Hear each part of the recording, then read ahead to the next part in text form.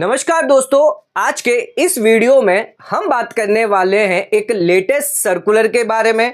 TDS और TCS related एक बहुत बड़ी रिलीफ जो है इस सर्कुलर के थ्रू दी गई है। 5 अगस्त 2024 को यह सर्कुलर जारी किया गया है, जिसके थ्रू जो डिडक्टर है उनको बेनिफिट यहां पर मिलने वाला है। डिडक्टर और डिडक्टी दोनों को ही फायदा मिलने वाला है। सबसे पहले मैं आपको बता दूं कौन है डिडक्टर और कौन होते हैं डिडक्टी, यह समझना जरूरी है। इसके बाद सर्कुलर समझेंगे क्या बेनिफिट क्या रिलीफ दिया गया है।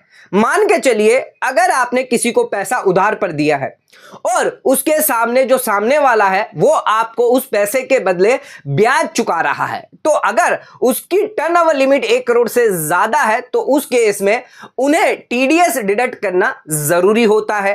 तो जो भी ब्याज वो आपको देंगे उसमें 10% टीडीएस डिडक्ट करके सरकार को जमा कर देंगे। जो डिडक्ट कर रहा है यानी जो सामने वाला जिसको आपने लोन दिया है उसके लिए ये खर्चा है, यानी वो आपका डिडक्टर है। क्यों डिडक्टर है? क्योंकि वो सरकार को पैसा जमा करता है। आपसे आपकी जो इनकम हो रही है उसमें से कुछ हिस्सा सरकार को देता है, 10% मान के चले। आप जिन्होंने इसको लोन दिया है आप होते हैं डिडक्टी। अब टीडीएस और टीसीएस जो है लायबिलिटी किस पर आती है? डिडक्टर पर आती है। अगर डिडक्टर ने कम डिडक्ट अगर टीडीएस किया तो उस केस में सरकार द्वारा यहां पर शॉर्ट डिडक्टेशन की नोटिस आ सकती है। अब हुआ ऐसा है कि 28 मार्च 2023 को एक सर्कुलर जारी किया गया सरकार द्वारा, सर्कुलर नंबर 3। अब इस सर्कुलर के अंदर सरकार ने जो डेट थी पैन आधार लिंक करने की वो 31 मार्च से बढ़ाकर कब तक कर दी?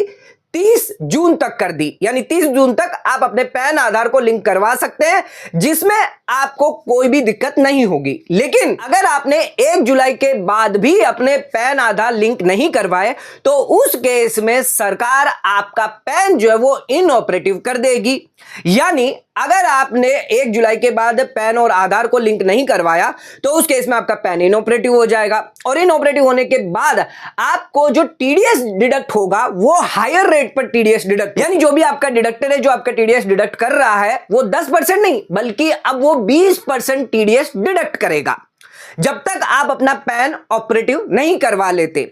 अब कई लोगों ने अपने पैन और आधार को लिंक नहीं करवाया, यानी उनके जो पैन है वो इनऑपरेटिव हो गए 1 जुलाई के बाद, और जो डिडक्टर थे जिन्होंने टीडीएस डिडक्ट किया था उन्होंने भी नॉर्मल रेट पर टीडीएस डिडक्ट कर लिया था, हायर रेट पर टीडीएस डिडक्ट नहीं किया था, जिस वजह से सरकार द्वारा यहां पर उन्हें शॉर्ट डिडक्शन की नोटिसेस देना स्टार्ट हो गया।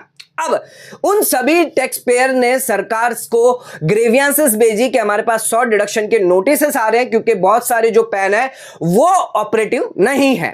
अब सरकार ने 23 अप्रैल 2024 को एक और नया सर्कुलर जारी किया गया, सर्कुलर नंबर 6। इस सर्कुलर के अंदर पार्शियल मॉडिफिकेशन किया, जो सर्कुलर नंबर 3 आया था उसका ही पार्शियल मॉडिफिकेशन करके यह कहा कि अगर आपके कोई ट्रांजैक्शन है 31 मार्च 2024 के पहले के, यानी 31 मार्च तक के जितने भी आपने ट्रांजैक्शन किए अपने डिडक्टी या कलेक्टी के साथ, टीडीएस के अंदर डिडक्टी डिडक्टर है और टीसीएस के अंदर कलेक्टर और कलेक्टी होते हैं, अगर इनके साथ कोई भी ट्रांजैक्शन किए हैं तो उन्हें एक और मैं मौका देता हूं, यानी सरकार एक और मौका दे रही है यहां पर कि आप 31 मई 2024 से पहले जिन लोगों के पैन इनऑपरेटिव है या लिंक नहीं है उनके अगर आप लिंक करवा देते हैं तो 31 मार्च तक के जितने भी ट्रांजैक्शन है उस पर हायर लायबिलिटी नहीं आएगी, यानी 20% की लायबिलिटी नहीं आएगी, लेकिन नॉर्मल टीडीएस रेट कटेगा 10%।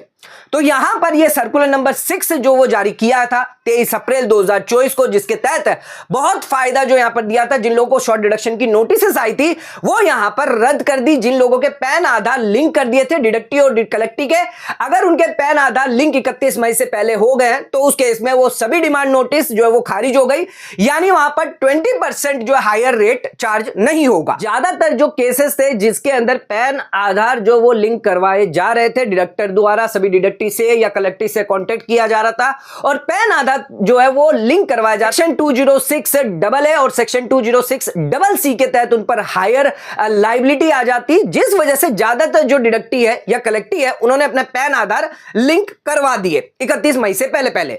लेकिन कुछ ऐसे भी केस थे जिसके अंदर यह देखा गया कि कई डिडक्टी और कलेक्टी की डेथ हो गई है, जिस वजह से उनका पैन आधार 31 मई से पहले जो है वो लिंक नहीं हो पाया। अब ऐसे जो डिडक्टी है जिनका डिडक्टर ने टीडीएस डिडक्ट किया या टीसीएस डिडक्ट किया है, उन पर अभी भी टैक्स डिमांड जो है वो खड़ी हुई है। उन्होंने फिर से ग्रेवियांस करी सरकार को, और इसको देखते हुए सरकार ने एक नया सर्कुलर जारी किया गया 5 अगस्त 2024 को। यह सर्कुलर नंबर है 8, जिसके अंदर अब एक और नई रिलीफ यहां पर दी गई है कि अगर किसी डिडक्टी और कलेक्टी की डेथ हो जाती है 31 मई से पहले लिंक करवाने की डेट से पहले, तो उस केस में जो ट्रांजैक्शन है 31 मार्च 2024 से पहले के ट्रांजैक्शन है, उन पर उन्हें हायर रेट डिडक्ट नहीं करना। यानी जो डिडक्टर कलेक्टर है उन्हें 20% के रेट पर हायर डिडक्शन नहीं करना। 206AA 206CC के तहत वो लायबल नहीं है, उन्हें नॉर्मल टीडीएस जो रेट है वही यहां पर कलेक्ट करनी है। ध्यान रखिएगा, एक इंपॉर्टेंट बात मैं बता दूं, ये 31 मार्च तक के ट्रांजैक्शन की बात चल रही है। 1 अप्रैल के बाद अगर कोई ट्रांजैक्शन है और इनऑपरेटिव है तो उस केस में आपको हायर रेट अलाउ होगा। तो यहां पर एक नया सर्कुलर जारी किया गया सरकार द्वारा, सर्कुलर नंबर 8, जिसके अंदर यह कहा गया अगर किसी व्यक्ति की अगर डेथ हो जाती है, हमने एक केस तो आपको बता दिया, अगर आप पैन आधार लिंक करवा देते हो ऑपरेटिव हो जाता है तो उस केस में आपको हायर परसेंट नहीं लगेगा। दूसरा केस यह है कि अगर किसी व्यक्ति की डेथ हो जाती है और उसने लिंक नहीं करवाया, यानी लिंक पैन आधार नहीं करवाया, तो भी उस केस में आपको 20% टीडीएस डिडक्ट करने की कोई रिक्वायरमेंट नहीं है। एक नया सर्कुलर जारी किया गया, बेनिफिट दिया गया, जितनी भी टैक्स डिमांड है वो यहां पर खत्म हो जाएगी। जो भी डिडक्टर है, कलेक्टर है, उनको यह फायदा दिया गया है। तो एक इंपॉर्टेंट सर्कुलर है, एक इंपॉर्टेंट अपडेट है, जिसके अंदर टीडीएस और टीसीएस की जो लायबिलिटी है वो हायर रेट जो है वो नहीं लगने वाली है। तो दोस्तों आज का वीडियो अगर आपको पसंद आए तो चैनल को लाइक शेयर सब्सक्राइब जरूर करेगा, ज्यादा शेयर जरूर करेगा ताकि और लोगों तक इसकी नॉलेज पहुंच सके। आज का वीडियो यहीं खत्म करते हैं, धन्यवाद।